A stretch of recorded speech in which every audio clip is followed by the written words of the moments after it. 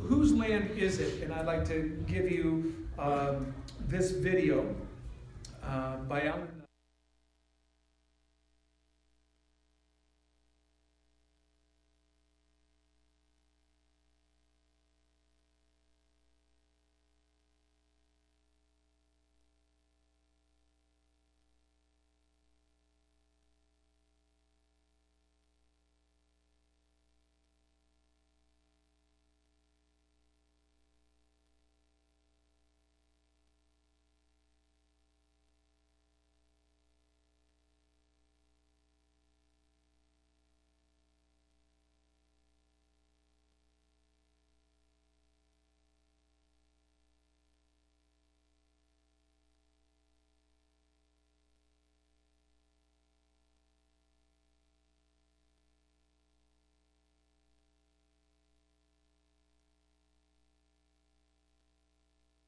There are Orthodox as well, so you're going to have a whole world political view. Am I good to go? All right, so check out this video. Of all the countries that have come into existence in the last century, no country's birth certificate is more legitimate than that of Israel. One reason is that many of the men who founded the country, Theodore Herzl, Zeb Jabotinsky, David Ben-Gurion, Menachem Begin, Yitzhak Shamir, were either lawyers or had legal training. They were obsessed with making it legal.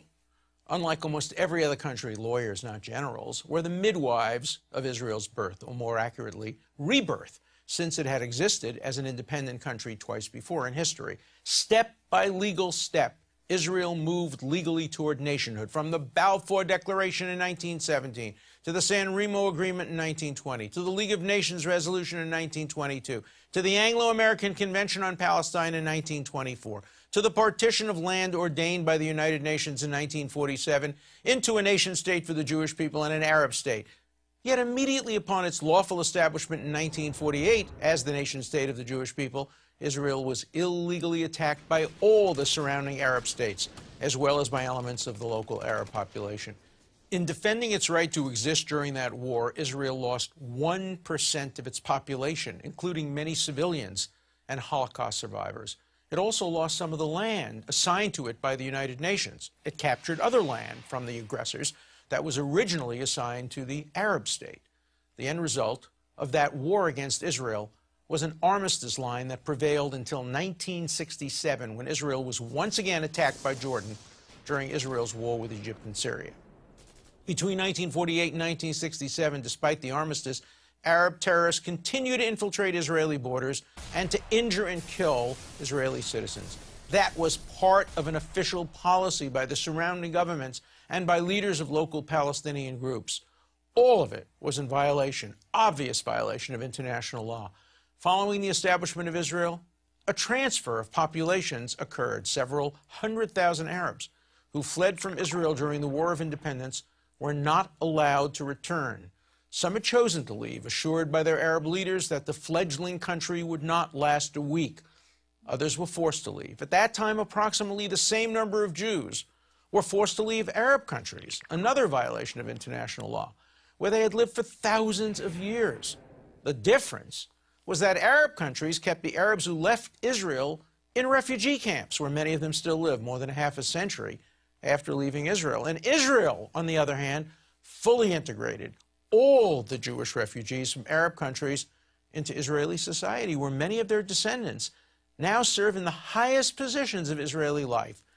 Israel's establishment as the nation-state of the Jewish people by entirely lawful means is quite remarkable for several reasons. First, there is no country in the world that is as surrounded by hostile enemies as is Israel. It's been that way since 1948. Yet Israel sought the way of the pen rather than of the sword. It has needed the sword to survive, but its preference has always been for the pen. That is, for peaceful negotiations. Its peace treaty with Egypt in 1978, its peaceful abandonment of Gaza in 2005, and its many attempts to reach a peace agreement with the Palestinians are examples. Yet despite its entirely lawful origins, Israel is the only country in the world today whose origins, and therefore its very legitimacy, have been questioned by the General Assembly of the United Nations, by numerous member nations, and by many organizations that claim the mantle of human rights and the rule of law. Ironically, current attacks on Israel's legitimacy have taken the form of lawfare, the use of international law as a weapon. Any fair tribunal that judged Israel by universal standards would reject such attacks out of hand. But alas, international courts, like the UN itself, have been packed by those bitterly antagonistic to the nation state of the Jewish people. For example, the misnamed International Court of Justice refuses to acknowledge that Israel, a country that deals with terror attacks and the threats of terror attacks on a regular basis, has any special security needs. As I've demonstrated, this phenomenon, questioning the very right of Israel to exist as the nation state of the Jewish people, cannot be explained on legal grounds or on any other rational basis for that matter. So then, how can this worldwide attack on Israel alone be explained? In only one way. It is pure bigotry. And there's a word for this bigotry: anti-Semitism. If you have a better explanation for why the one country in the world whose right to exist is denied is also the one country that is the nation state of the Jewish people, I ask you, what is it? I'm Alan Dershowitz, professor of law at Harvard University. Well, Professor, I'm glad you did ask that question, because that's your geo-world political view right now of Israel. But there is a spiritual question of why are they being so attacked? Why are Jews? Why is Israel? Why is all these things? Well, it goes all the way back to God's Word. This is the original promised land, land masses there, given all the way back in the Bible in Genesis chapter 12 through 15. And Israel is central to God's plan, especially in these last days, which we're going to get to there. You can see as you go and you peel the stuck pages in the back of your Bibles, those are the Bible maps there that you have no context with. Now you start to have context with it. So whose land is it? In Genesis chapter 12, now the Lord had said to Abram, "Get out of your country, from your family, and from your father's house to a land that I will show you." Then the Lord appeared to Abram and said, "To your descendants I will give this land." And there he built an altar to the Lord who had appeared to him. And this is the thing, as Abram, it wasn't Abraham yet. God hadn't made Jews yet. Abram was a pagan, heathen worshiping, pagan, and so there were no Jews. God instituted and made Jews. Genesis chapter 13, "For all the land which you see I give to you and your descendants," for how long? Forever. That's the land of Israel. That's Israel. You got to learn some Hebrew. You don't want to be a tourist in heaven, right? Begin with the Canaanites in 1400 BC, ended in 606. Essentially, there was no autonomous rule from 606 BC until 1948.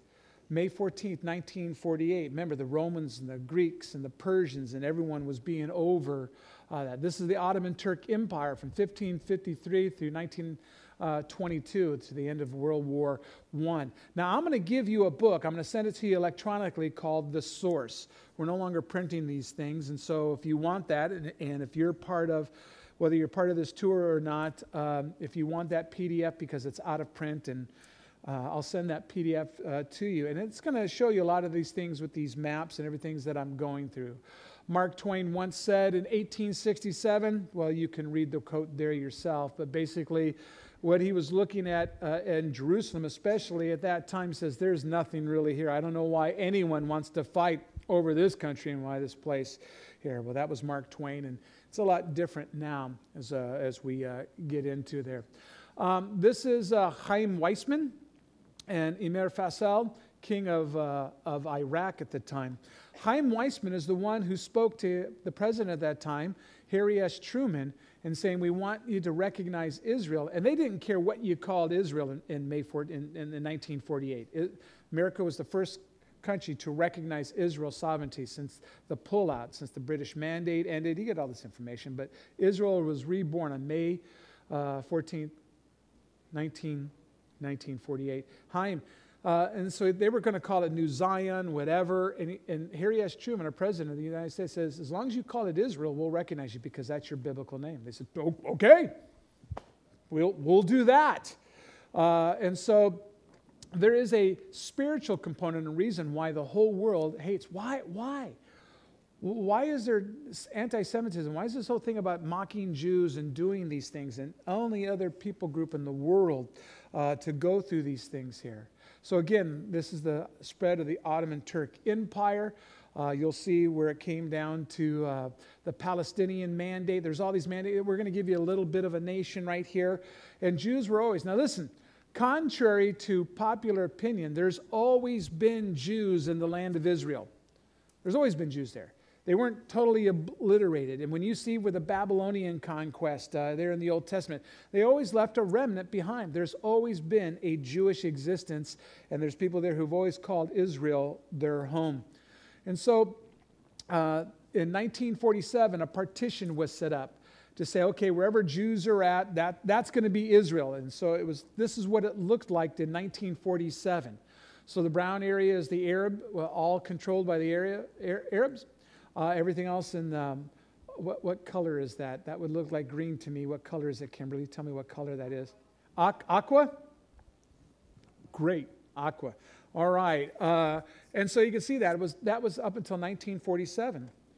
And then we'll see the various things when it comes to the whole shifting back and forth. Again, a quote from Harry S. Truman, the memoirs, the question of Palestine as a Jewish homeland goes back to the solemn promise that had been made to them, the Jews, by the British in the Balfour Declaration in 1917, a promise which had stirred the hopes and the dreams of these oppressed people. This promise, I felt, should be kept, just as all the promises made by responsible civilized governments should be kept. It's always been their homeland. There was never a Muslim monument there. There was never anything that was like Medina or Mecca into Islam there that is even purported even today. And so when you look at May 15th, 1948, that's in purple, that's pretty much what comprised Israel. That's all the land that those who consider themselves Jews had. It went just a little sliver into West Jerusalem. And then they were attacked. So the War of Independence happened. So the very next day, 6 countries started to invade. Jordan wasn't called Jordan then. It was called Transjordan. And so this is what happens from the aggressors. Then in June, from May to June, about a 30-day War of Independence, Israel got more land. They were happy with just what land they had, but all the other nations attacked them. Right where you see the name Israel there, just below that, that's the Dead Sea, by the way. All the way up to the north, that little blue dot right there, that's the Sea of Galilee. Where you see that little sliver going in towards the Dead Sea, that's part of Jerusalem there. And so that's what they had. Before the war, what happened? 726,000 Arab refugees exiled during the war. In other words, the Arab nations around them said, hey, everyone get out. We're going to push the Jews into the sea. And after this weekend or after a week or two, you can go back and get your homes back. And so this is where it's going to lead us into this whole thing about refugees. But at the same time, all those 6 countries that attacked, and even parts of Europe, they expelled Jews. So 726,000 people who said, well, you don't want to be Israeli citizens. Because Israel said, you stay, you'll be an Israeli citizen. You'll get an Israeli passport, driver's license, you're going to be an Israeli citizen. And here's the thing, many Arabs did. You might not know that. In fact, one of the areas that we go to that we have a great falafel and shawarma, it's in Abu Ghosh. That's an Arab-Israeli town that said, we're not going to leave. We're going to side with Israel. And it's a really good neighborhood, and you're going to see that. So in 56 to 57, you have the Sinai campaign. In other words, Israel was able to get all the Sinai Peninsula there. They knew that invasion was going to be imminent by Egypt. In 1957, Yasser Arafat, those of you know what he was, in 1957, he started a foundation. It's later going to be called the PLO, but he's an Egyptian. He's an Egyptian, not a Palestinian. He might identify as Arab, but he's an Egyptian. Nasser, the playboy, they say the playboy president at the time, very secular person, he countered with the PLO because Yasser Arafat, what was he doing? Since 48, these people who left Jerusalem, left Israel, because they figured all the Arab nations were going to kill all the Jews and they would just go back and get all their homes and more. are now on the eastern side of the Jordan River in what's now called Transjordan. They weren't allowed to immigrate back. Many Arabs went back and said, well, I got a home there. And Israel said, come back. It's your home. You can have it. But you need to submit and be an Israeli citizen. There's no dual citizenship here. Many Arabs did. The other Arab nations around them were killing and slaughtering those quote-unquote refugees and blaming it on Israel. But remember, 856,000, well, I'm getting ahead of myself there, Jews were deported, were kicked out of those countries.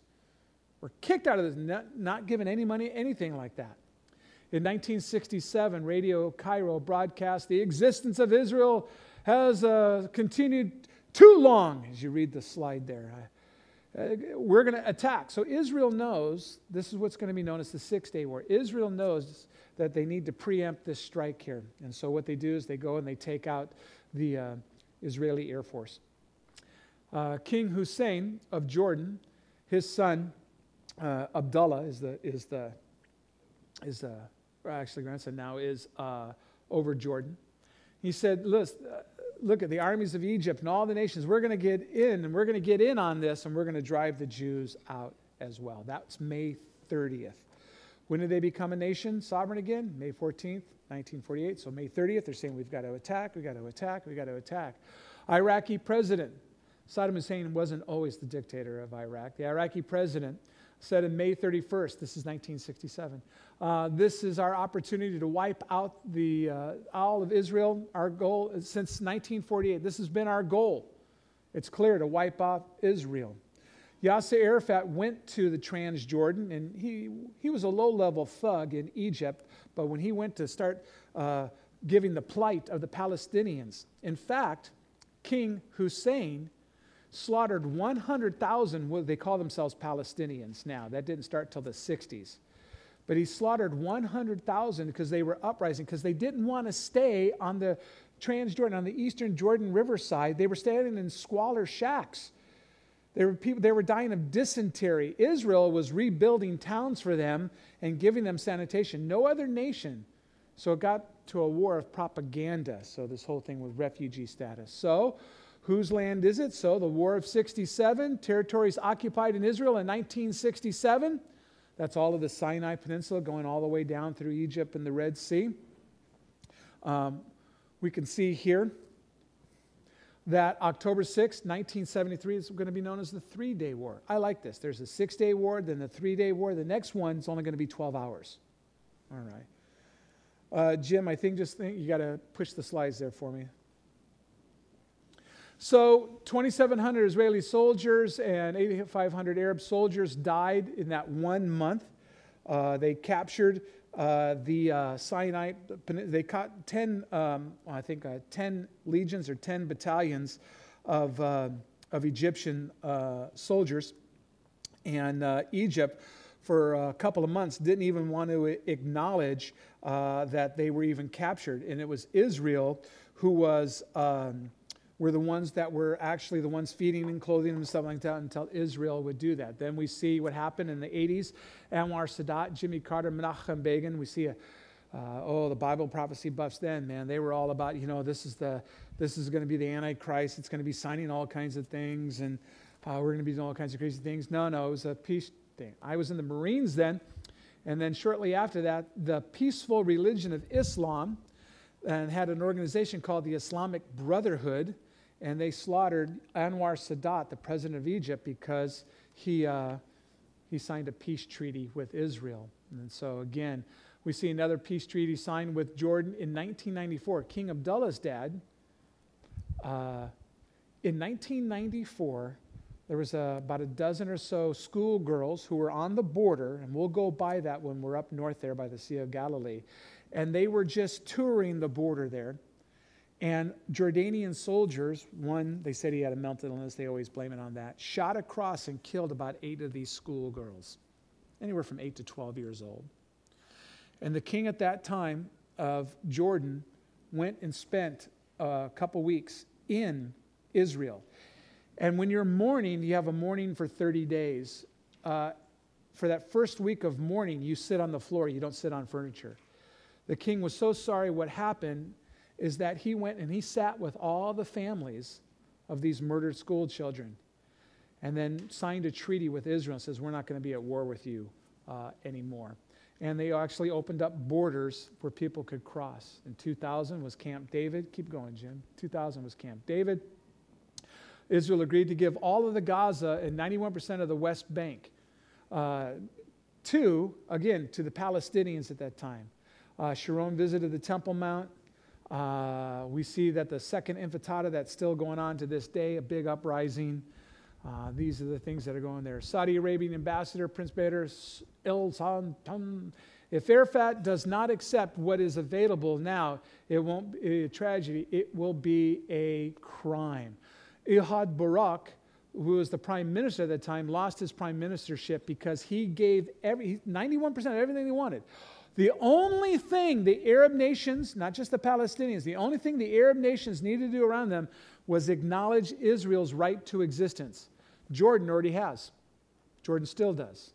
That's why when we go to Jordan, it's going to be a pretty peaceful time. We're not going to have any problems in Jordan. I'm going to get to biblically why there's some things for that as well. All you need to do is acknowledge Israel's right to existence and take out of your Hamas charter death to all the Jews. That's all you got to do. And they wouldn't do that. And basically, he was going to give up all of the land. And so what happened? Didn't do it. The Jews are a cancer which is liable to spread again at any moment. That's, again, part of the Hezbollah. The PLO is not a together organization. Not all Palestinians. There's 20 different faction groups. But in the south, there's the Hamas that controls the Gaza Strip. The Fatwa, which is Yasser Arafat's main group of the PLO, is central Israel. And the north is the Hezbollah. And so they're all saying that death, if they all gather in Israel, it will save us the trouble of going after them worldwide. This is just in the last decade. Just in the last decade. Oh, Allah, destroy America as it is controlled by Zionist Jews. So we're known as the great Satan in Islam. Israel's known as the little Satan. You got to take care of the great Satan first, because we keep protecting Israel. Palestine's 1948 war ended as a catastrophe that is unprecedented in history. Here's the thing I know being a Marine. Wars are studied at the General's College or the War College. The one set of wars that they do not study is the Israeli-Arab wars. It makes no sense. And that's what I'm saying. My original question that Alan Dershowitz asked, can you explain why all of Israel? They cannot explain why Israel exists. They should have lost every war. We don't study their tactics. One of them, they didn't have bombs. Israel didn't have bombs in 67. 1960, they had no bombs.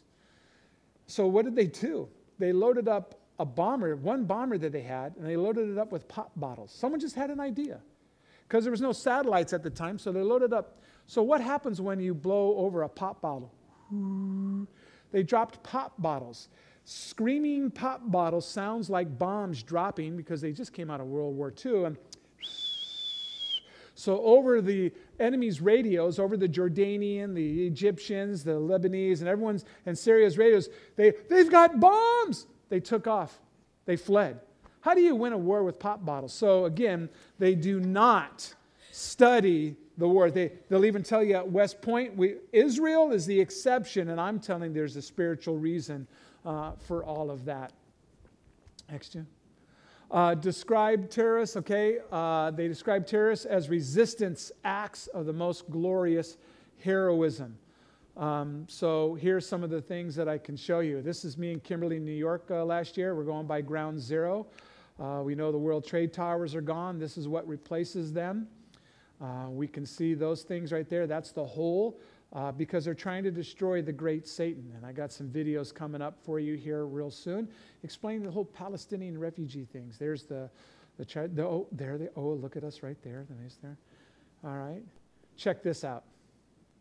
Visit Israel, and you'll be startled by how many colors you'll see. I don't mean the colors of the buildings or landscape. I mean the colors of the people.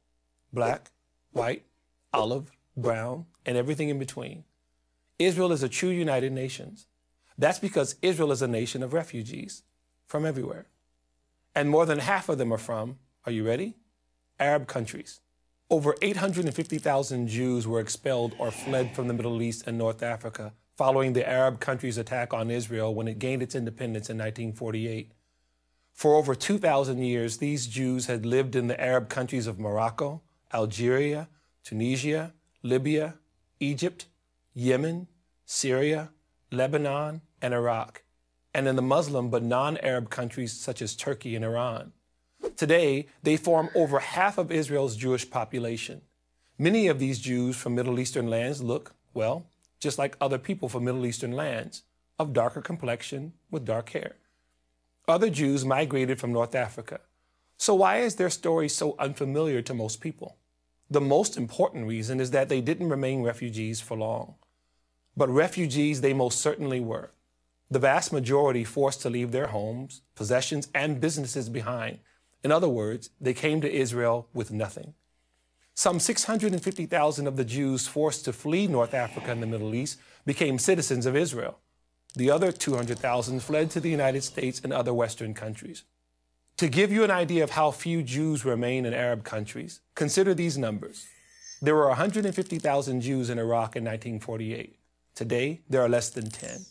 There were 140,000 Jews in Algeria. Today, there are less than 50. There were 75,000 Jews in Egypt. Today, less than 20. The pattern is the same across North Africa and the Middle East.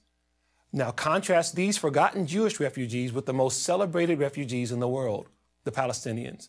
How is it that the Jewish refugees are not even an afterthought, but the Palestinians are the longest lasting, most lavishly supported refugee population in the history of the world?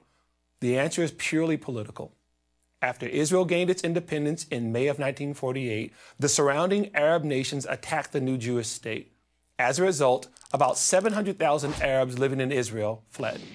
Many left because of the war, and many did because they were told by Arab leaders to leave the Jewish areas. The idea was that they would return once the Jews and their state had been destroyed. Khalid al-Azam, the Syrian prime minister in 1948 to 1949, admitted this Arab role in persuading Palestinians to leave. In his memoirs, he wrote, "Since 1948, we have been demanding the return of the refugees to their homes, but we ourselves are the ones who encouraged them to leave." That's how the Arab, later renamed Palestinian refugee crisis, was created. In 1949, the United Nations formed UNRWA, the United Nations Relief and Works Agency for the Palestinian refugees, the largest and only long-term UN agency that was ever formed to deal with just one group of refugees. 70 years later, it still exists and still calls the Palestinians and their children and their grandchildren refugees. It has an annual budget of over $1 billion, funded mostly by the US and the European Union. How much did the Jewish refugees who were expelled from the Middle East and North Africa receive from the UN? How much did Israel receive to help toward their resettlement? How much does it receive today? The answer to all three questions is the same: zero. So the next time you hear someone talk about the Palestinian refugees, ask them why they never talk about the Jewish refugees. And the next time you hear people talk about Israel being settled by Europeans, ask them if they've ever seen an actual picture of Israelis in color. I'm Dumisani Washington of Christians United for Israel for Prager University. Well, that's not a convenient truth for a lot of people, because you're going to go to Israel and you're going to see that Israel is comprised of Jews from 125 other nations. They've immigrated, they've come back, and they've gone to Israel there. That's why they have the greatest spy service in the world, because they don't have to teach someone how to act culturally in a certain country. They're all Jews. They already know. They've already come from those countries. In World War II, many of our spies were captured because of just how they ate a piece of pie or cake. Think about how you and I eat a piece of pie or cake. You make it in a wedge, right? And then where do you start? From the tip. In Europe, they put it on its side, cake or pie, and they start in the middle. That one little thing right there has caught many spies, because there's certain cultural things you just can't teach. That's why the Mossad has the greatest spy agency in the world, because they don't have to spend millions and millions of dollars to teach somebody how to be immersed in whatever little country to act. There's all those little things. Any Germans here? All right. How do you count? Americans count like this. 1, 2, 3, 4, right? 5. Germans count this way. 1, 2, 3. You were the only ones who. That right there got spies caught because they did not know those cultural things. So when you go to Israel, you're going to see people from 125 different nations, and they're not blonde hair and blue-eyed like you see the pictures of Jesus. And so we're going to see some things. So Ezekiel 11:17 says, "Therefore say thus the Lord God, I will gather them from the peoples, assemble you from the countries where you have been scattered, and I will give you the land." So Mr. Dershowitz, as we started this whole thing, why is there all this bigotry? Why is there all these things? Because Satan knows the plan of God. It's central for us. If you want to know where we are in time, you just look at Israel and you look at where they are. Now we look at this. I got it, Jim. I got control of it. The Palestinians should push the Muslim world to compensate the Jewish refugees. This is what's going on right now. One of the things that Israel did is they didn't play the war of propaganda. They just lived their lives. And they lost that war because there's all these atrocities, all these things, that fake news reporting it over and over and over and over again, that Israel's bad, Israel's bad. But yet, right now, Israel is the hottest tourist destination in all of Europe. And that's why our hotels and everything are locked. We can't change anything right now, folks. They can't build hotels fast enough. That's why our airfare is set. That's why there's nothing at this point of our deposit at 50% is non-refundable. It's gone. We've paid cash for everything to secure everything. So if we drop out of this tour, you drop out of this tour, or whatever, it's going to somebody else. We don't get it back. It's gone. It's gone. And it is the hottest, and it's safe. We're going to see that. So now Israel... Jim, you have to go to the next one. I lost my thing there. You'll have to go, and Israel now is now a statement that says, okay, great. Let's talk about these refugees. Where's all the money from all these other nations? You keep trying to say it. You know, someone in Egypt, some professor at some Cairo museum or whatever in Egypt 2 years ago said that, the Jews, when they left Egypt, which is interesting because they're acknowledging that the Jews were in Egypt, when they left with Moses, they spoiled the Egyptians. They took all their wealth with them. We want it all back. And so a professor in Israel says, great, we'll give you back $40 billion, but we want 430 years of reparations of our slave labor that built your pyramids and stuff like that. So that's going to come to about $250 billion. So we'll just deduct your $40 billion. Where's our check for $210 billion? Well, that argument ceased to exist now. All right, so that's what's happening. This whole thing with refugees. Here's top of En-Gedi looking at the Sea of Galilee. Looking out to the Dead Sea. That's from the Israeli side. We're looking to the Jordan side. We're going to get a picture from the Jordan side looking to the Israeli side. En-Gedi, you're going to see the waterfalls. You're going to be hike around there. Oh, En-Gedi is something else there. So whose land is it? Biblically, we know that. But why should I care? This whole thing, why should I care? And understand, Israel is in the news every day.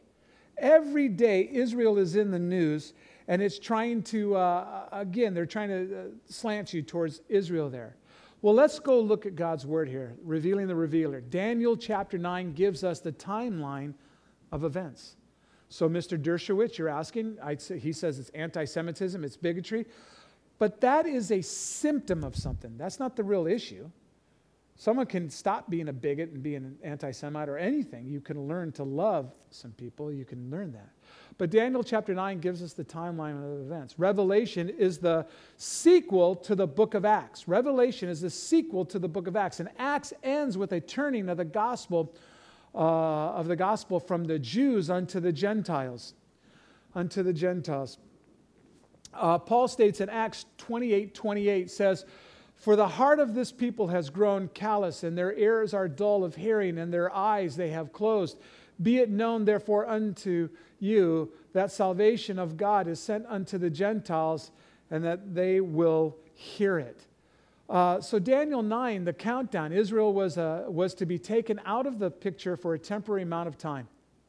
Romans 11 again tells us that the rejection is only for a limited duration. This is unfortunate where people say the church has become spiritual Israel. Paul was using a hyperbole of like, who really is Israel? The one who's keeping the law, and he was just making a... But it's only for a moment of time. Romans 11:24 says, "For I would not, brethren, that you should be ignorant." Doesn't want us to be silly, doesn't want us to be uninformed of this mystery, that the blindness in part has happened until the fullness of the Gentiles has come in. We see here that there is a leapfrogging of prophecy. We're going to go from Jeremiah to Daniel. And it's all, again, to put this whole in a package for you and I. Everyone both who's lived, dead, henceforth referred to these as that those who they pierced. Remember, it's going to tell us in Zechariah, they're going to be able to look upon whom they have pierced and realize, that was the Messiah. Those who are of the earth will wail and lament that they did not receive the true message of his identity. Isaiah 41:4 says, "Who has wrought and done it, calling the generations from the beginning? I, Yahweh, the first, and with the last, I am he." See, the book of Revelation is not a very hard book to understand if you understand the Old Testament. This whole thing, Alpha, Omega, that's Greek for the first and last, beginning and the end, but it's all the way back here in Isaiah. So if you understand the Old Testament, which I think is crazy when I'm hearing mega church pastors or anyone saying we need to unhitch ourselves, that's the actual terminology this one pastor used, we need to unhitch ourselves from the Old Testament.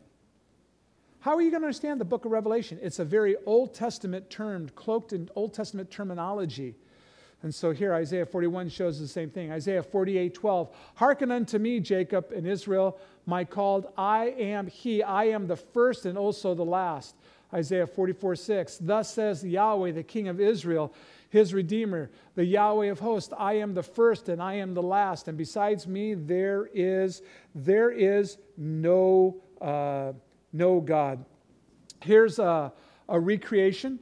It's an artist's rendition of inside the holies, and then going into, you see that veil of the holiest of holies. There's this interior of the tabernacle. We're going to see a recreated tabernacle in a wilderness when we go to Israel. And we're going to have a pretty good time seeing a lot of these things. And we're going to go to the Temple Mount Faithful Institute, where they're very passionate. They're not believers, but they're very passionate about the rebuilding of this, what was going to be known as the Third Temple. I turned to see the voice that spoke with me. Upon being turned, I saw 7 golden lampstands. This is John in the book of Revelation. This is an actual picture I took. This is the recreated menorah. This is the candle stand that you'll see there as we go near the Temple Mount area, or the Western Wall. They don't call it the Wailing Wall anymore because Jerusalem has been united since 73, or since 67 and then 73. It's been united. So it's all one Jerusalem. But so they don't call it the Wailing Wall. They called it the Wailing Wall because very few Jews were permitted to go to the Western Wall.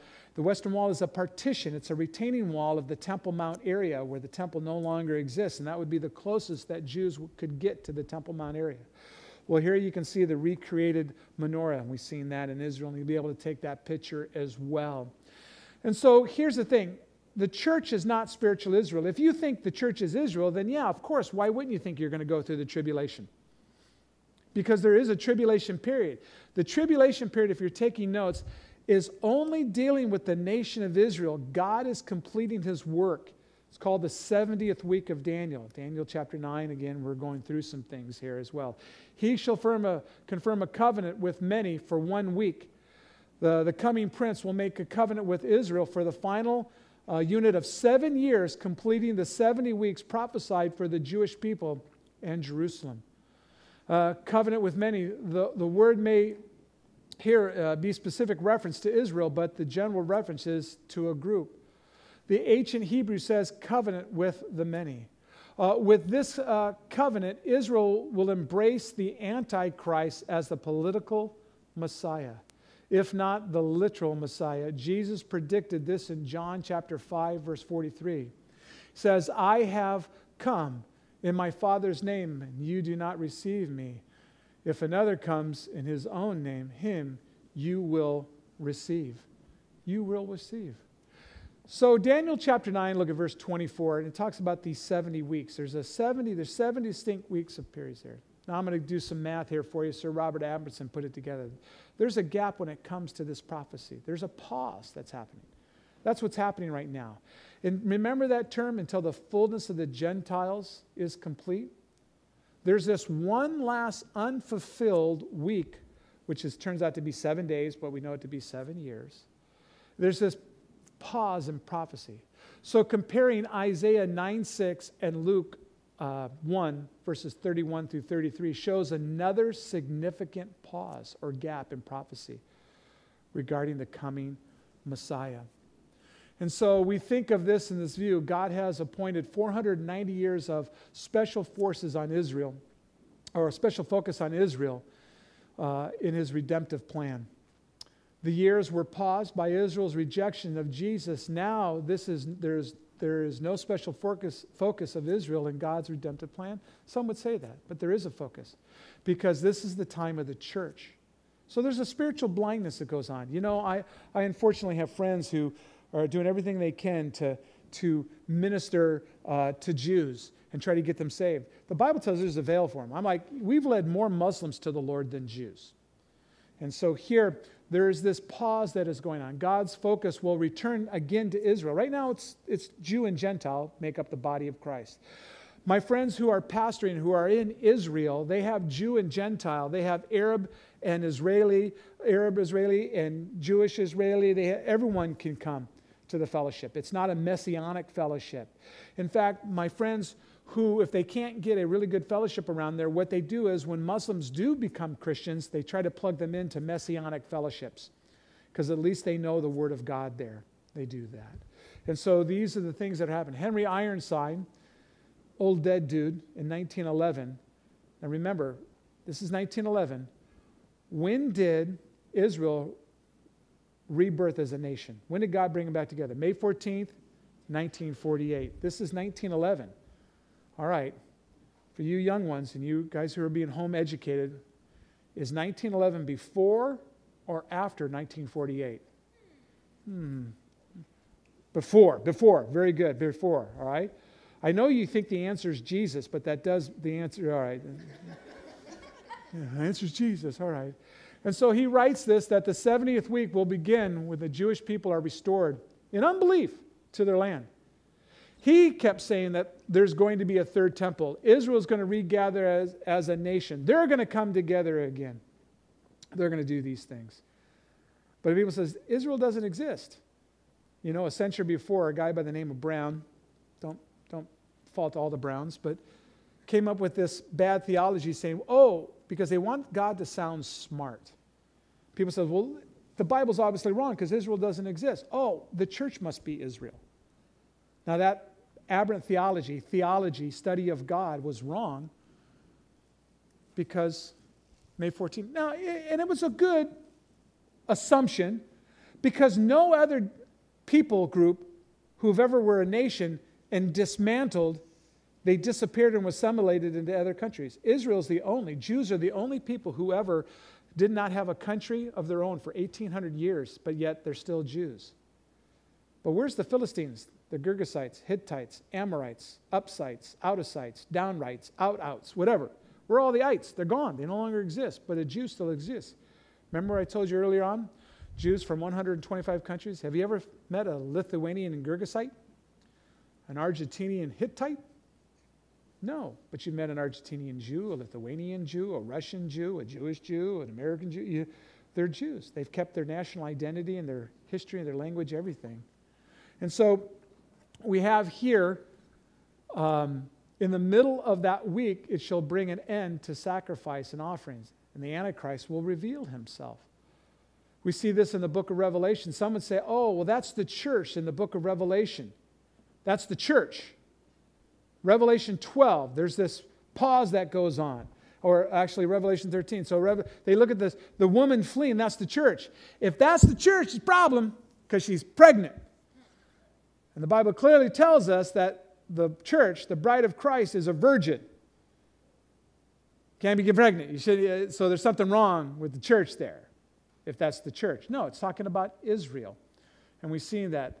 And we see that there was a destruction of the temple in 70 A.D. Matthew 24:15, if you're taking notes. The wing of the abomination shall be one of the make desolate. The ending of sacrifice will come with the abomination followed by the just tremendous desolation.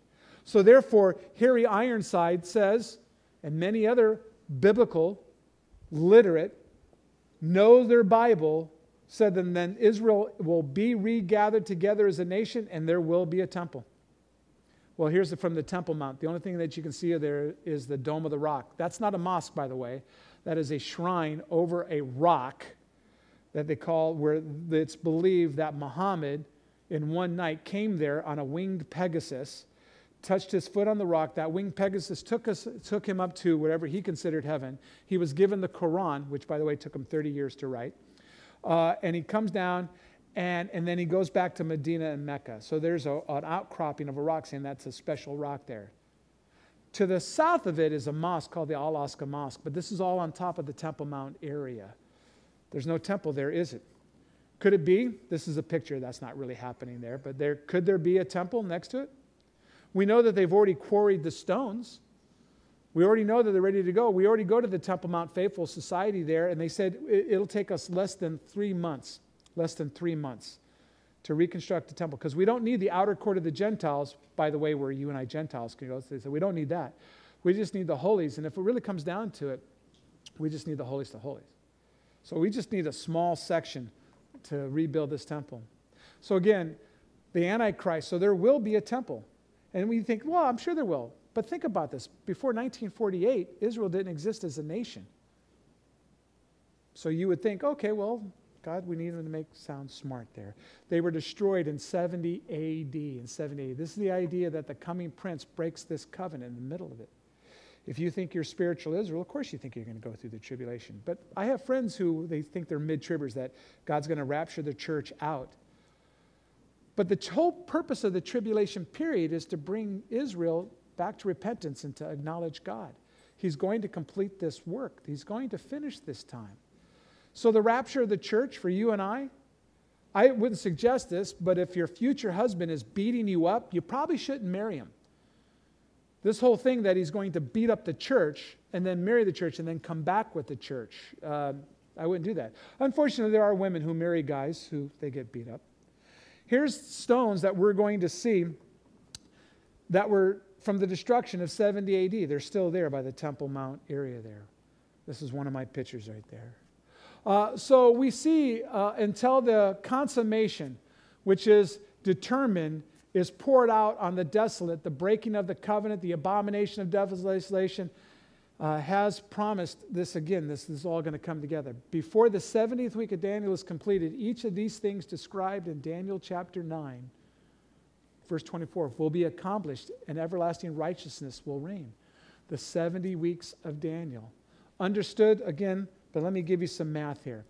So the first 7 plus 62 weeks, that comes to 483 years. Sir Anderson did this whole thing. He actually got a timeline down. Therefore, 830 years times 360 days. We're the only ones who use a 365-day calendar. That came via the Pope Gregory in the Catholic Church, where he just wiped away 14 days and says we're now 365 days here. So the Hebrew calendar was 360 days. Do you know by the prophecy that was given by Artaxerxes, it was prophesied about 70 years, actually a couple hundred years before. Artaxerxes gave a decree. We know in secular history when that decree was given. We know that it was March 14th, 445 BC to go rebuild Jerusalem. The prophecy is at 173,880 days, Messiah will come riding into Jerusalem on a donkey. He actually said what vehicle and how he would do it. If you're just waiting for prophecy, do the math yourself. We know that turned out to be, what was it, April 6th, 1932? Or 32? Yeah, so that turns out to be April 6th, 32 AD. We have that date in secular history from Tacitus, from Josephus, from actual history that we know that this happened. It happened 173,880 days from March 14th, 445 BC. And that date is in secular history. That's why Jesus was able to tell them, you should have known my time and my coming. It was all prophesied about. There's nothing hidden here. There's nothing hidden about God's plan. God loves us. He loves the Jewish people, and he loves the nation of Israel, and he loves you. He's not trying to keep it hidden. No one should ever say, I wonder if I feel like God loves me today. He's promised it. So we see that Jesus started his earthly ministry in the 15th year of Tiberius. You can see that in Luke 3:1. Tiberius started his reign in 14 AD, so Jesus' ministry started in 29 AD. Anderson believes that Jesus celebrated 4 Passovers during his ministry, one each in 29, 30, and 31, and his final Passover, which we get communion now, folks, in 32 AD. With the help of lunar charts, we can calculate the exact date of ancient Passover, so it's possible to calculate the exact day of Jesus' triumphal entry into Jerusalem, April 6th, 32 AD. And according to this calendar of Daniel, which Daniel told us about, told us that there would be 173,880 days between the decree and the arrival of Messiah, the Prince. Hey, listen, if you're trying to fool people, you don't get real exact. I think there'll be an earthquake somewhere in the northern hemisphere in the next week. Go and watch the news and you're like, wow, how did Chick know that? I think earlier today a dog barked, and later today another dog will bark in St. Paul. Ooh, ooh. Jesus said to the Jews of this day, if you had known, even, especially you, that this day that comes to bring you peace. We see Luke 19:14. David said of this day in Psalm 118, verse 24, this is the day which the Lord has made. We will rejoice and be glad in it. We're going to do those things. How do you get so detailed? Well, let's put it in a bomb. A bomb's been made. And look on the screen here. And it's in 70 minutes. The battery is Israel, dual Israel there. And the bomb is set. I just watched Fallout with Mission Impossible last night. So I got the whole bomb thing going there. And spoiler alert, there's going to be another Mission Impossible because they survive. But here's the bomb. So you push the bomb. You push the button, and it just starts ticking away. It just starts ticking away, and it's getting down, and you know when it gets to the 69 second, it's going to blow. It's going to blow. It's going to blow. It's going to blow. But something happens. The church comes into existence, and it stops the timer. That's you and I. That's the church. And it stops it, and it stops. The battery's now removed, by the way, as well. Israel has been removed. They've been removed for how many years? They've been removed, and now they come back together as a nation on May 14th, 1948. They've been removed. But now something's going to happen, that Israel's going to be restored, and it's going to happen. That the battery, Israel, is going to start the bomb again. But whatever's that pause was needs to be removed. We know that to be the rapture of the church, that restraining force. Right now there's a great parenthesis, there's a great pause going on right now until the fullness of the Gentiles. And that's why Israel is in the news each and every day. Why is it in the news each and every day?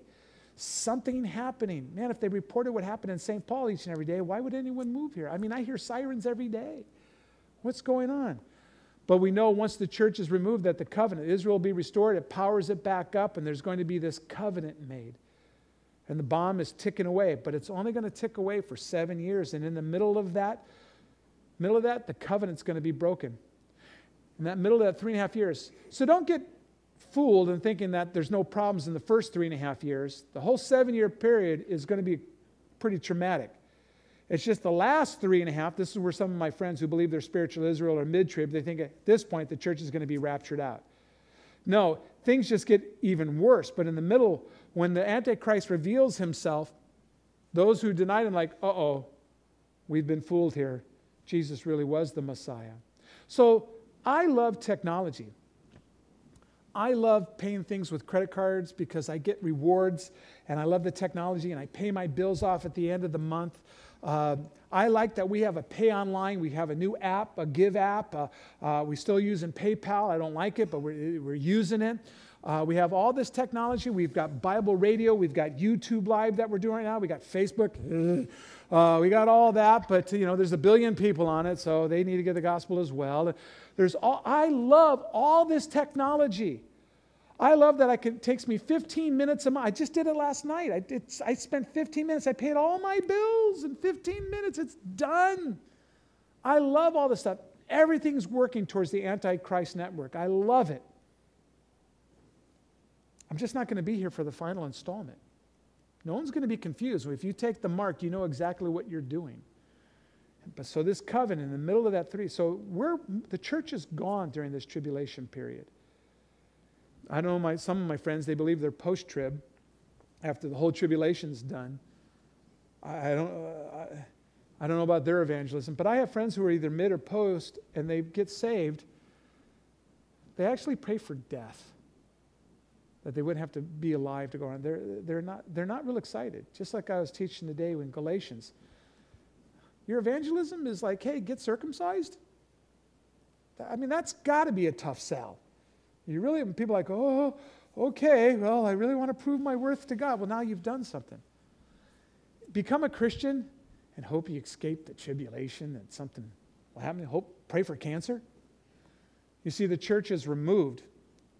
We need to make sure that we're hitched up to the Old Testament so we can understand the book of Revelation. And in the very end there, we see that there's going to be a new heaven and a new earth, and we're going to see that the world's going to try to destroy itself unless God steps in. So why should I care about Israel? It's a conversation piece. I'm a believer today because, why? Because people were trying to teach me to be anti-Semitic, to be a bigot. But why do you hate Jews?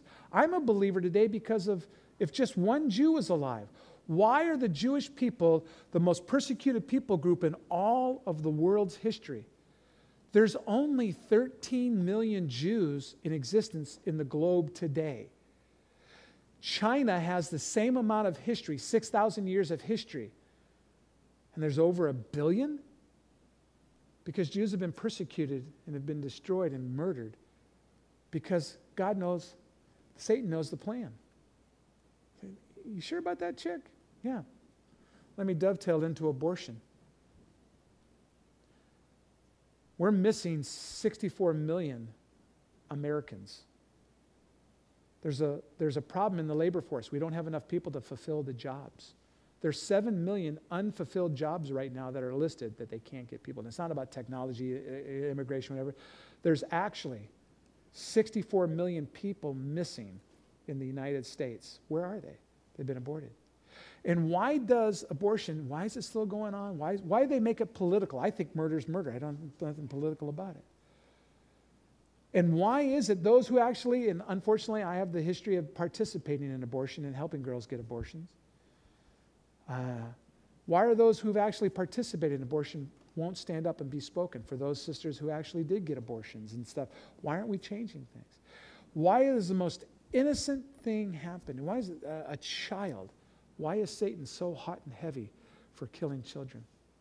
Because he knows God's plan. He knows God's plan. He knows God's plan for Israel as well. Why is Israel in the news every day? It's not because of bigotry. It's not because of anti-Semitism. Those are symptoms of something. And I began to say, why do Jews even exist? And I began to study the Bible. Here's things that we're going to see. We're going to see Shiloh, the original meeting place of God for 360 years. That's in Shiloh. It wasn't always in Jerusalem. People got to come there and have a meal with God. I've asked other people, you can look at the slides here, what about Israel? You know, some people, you're going to get rebaptized. If you haven't ever been water baptized, I got a tank right behind me. We can baptize you today. But you can get baptized again in Israel. We can go and look, and you can hike up to the top of En-Gedi, and you can see the sites. And again, looking into Jordan. Israel's not that big of a country. You're looking into Jordan across the Dead Sea area. But we're going to have pictures from this.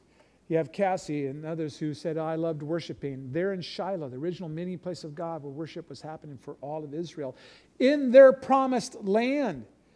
We're going to see this waterfall and many others like it in En-Gedi, where David, the Bible, going from black and white into living color. We're going to see the Bible right there where David hid out with his mighty men there in En-Gedi. We're going to be doing worship every day. It's amazing when I see tours that go there and they don't think about worship. It's not about academics. It's about application. It's about going there and seeing the Bible that's written. But we're going to start with worship. You will see other groups. Hey, can we kind of come over and hang out with you and join you? Because we're kind of missing that. You're having the best experience of church every day that we can do that. You can't get that on a virtual, reality tour. You can see others and just their excitement and read their captions of why of just being baptized in in the very waters where Jesus walked and where Peter sank. Again, hiking to the top of En-Gedi and looking over the Dead Sea and seeing what's called the sweet water there, fresh mineral pools of water where you can drink and you can hike around there.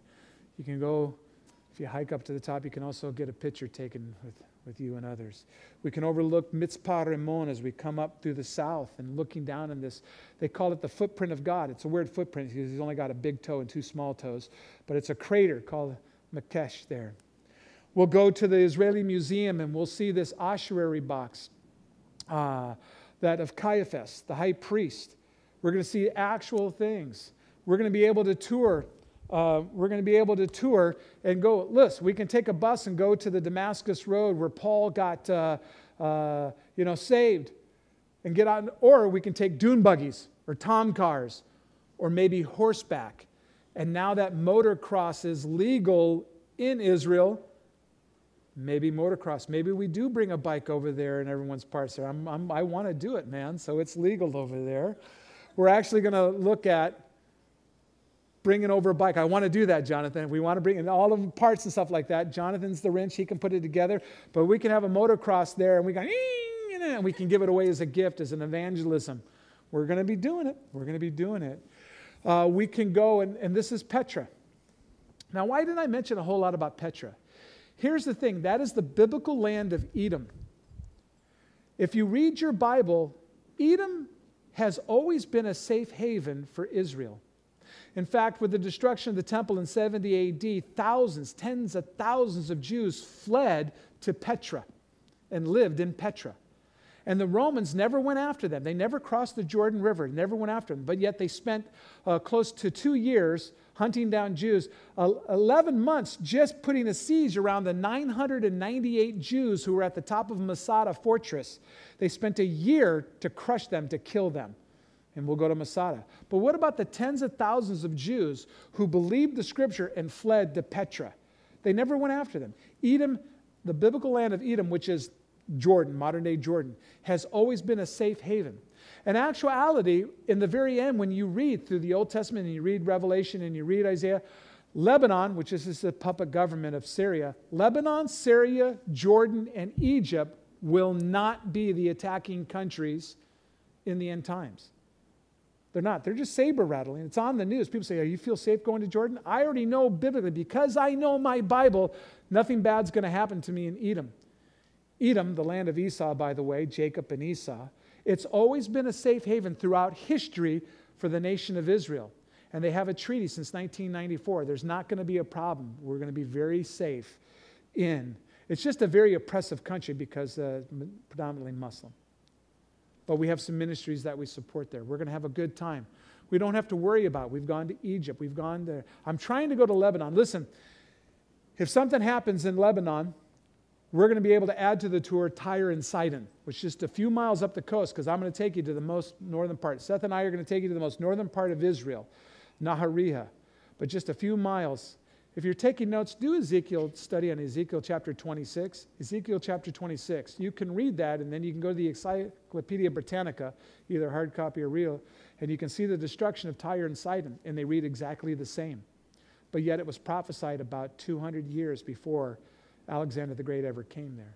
We're going to be in Jordan. We're going to go to Petra, Karkuk Castle, and Jerish. You're going to see many other things that no other tour that have gone there before has ever seen. But for those of you who need this, you will see this. That's a café au four. That's a cappuccino. But that's a Magnum next to it. That's one of my favorites. Magnum, real ice cream. You don't get Magnums. You don't get Magnums here. They chemicalize them in it. That's real ice cream there. You're going to be able to enjoy that a lot. Where he leads me, I will follow. What he feeds me, I will swallow. Remember, for this Israel tour, what do you got to remember? Eyeballs. And just be looking at me. Stop whatever you're doing, look at me. Vehicle from the rear. Pillar of fire by night. Pillar of cloud by day. Pillar moves, you move. That's pretty much the bus. Be on it. But you have to understand, you got to try some things. Where he leads me, I will follow. What he feeds me, I will swallow. Magnum, you're going to have that. There's some other things there we're able to share with our guide, who we'll never use again. we're able to use, we're getting our original guide back, Tal, and so we'll have that. But we took her to a place that she's never been to. That's the way it's been. Any place I go to, any in the world, I can take locals who live there and take them to places and introduce them to their own city, their own country, their own things. I do that. I often drive people around who are born and raised in St. Paul, like, I didn't know that was there. Hey, what's that right there? Hey, welcome. We're able to take her to the original Holocaust Museum, and she actually got to see a plaque from a town that her father was from. Her father taught her a song. Her grandfather actually taught her a song. Here's the words to that song. It was from that town, from that village. Here's us in Jerusalem, Jerusalem, worshiping with a fellow. They don't call themselves Messianic. They're a church. Jew and Gentile alike can come there. Here's us worshiping together with them.